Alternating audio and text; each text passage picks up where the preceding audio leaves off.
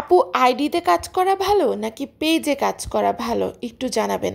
আসসালামু আলাইকুম, কী অবস্থা সবার? সবাই কেমন আছেন? আশা করি আলহামদুলিল্লাহ সবাই বেশ ভালো আছেন। আমিও আলহামদুলিল্লাহ বেশ ভালো আছি। খাবেন নাকি আমার হাতের এক লোকমা বিরিয়ানি? বরাবরই কাচ্চি বিরিয়ানি আমি খুবই পছন্দ করি। তো নিউ মার্কেটে গিয়েছিলাম, আসার পথে আম্মুর কাছে বায়না ধরেছি যে আম্মু কাচ্চি বিরিয়ানি আমাকে খাওয়াতেই হবে উইথ চিকেন রোস্ট।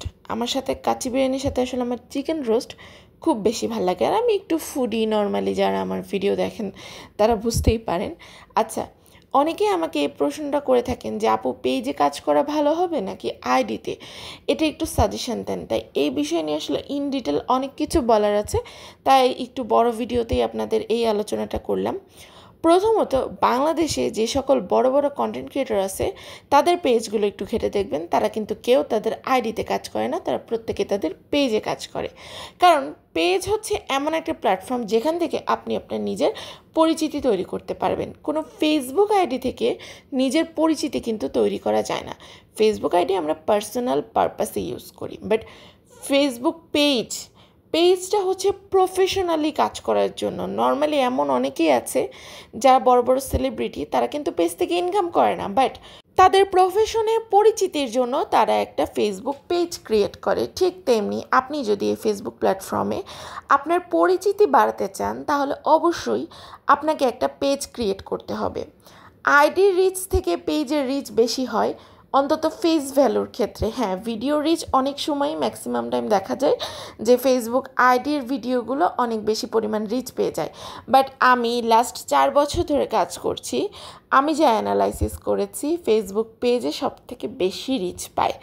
অবশ্য আমার কোনো ফেসবুক আইডি দিয়ে আমি কাজ করিনি এ পর্যন্ত, আমার প্রত্যেকটাই ফেসবুক পেজ। তবে হ্যাঁ, আমার অনেক স্টুডেন্ট আছে যারা ফেসবুক আইডিতে কাজ করে মনিটাইজেশন পেয়েছে। সো সেই দিক থেকে কিছুটা হলেও আমার ধারণা আছে একটা ফেসবুক আইডি নিয়ে। আইডি একবার নষ্ট হয়ে গেলে আপনি আপনার ইনকাম করা আইডিটাকে আর ফিরে পাবেন না।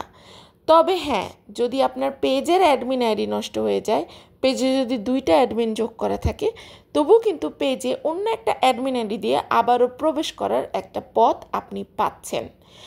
এছাড়া নর্মালি পেজে খুব দ্রুত মনিটাইজেশন আসে, যে মনিটাইজেশনটা কিন্তু আইডিতে আসতে দেরি হয়। পেজে ইস্যু কম আসে, আইডিতে ইস্যু সবচাইতে বেশি আসে। আর আপনার আইডিটা তো 4-5 বছর আগে প্রফেশনালি ছিল না ফেসবুক পেজ হিসাবে। পেজকে আমরা যেভাবে হ্যান্ডেলিং করি সেভাবে কি 4-5 বছর আগে আইডিতে করতাম না।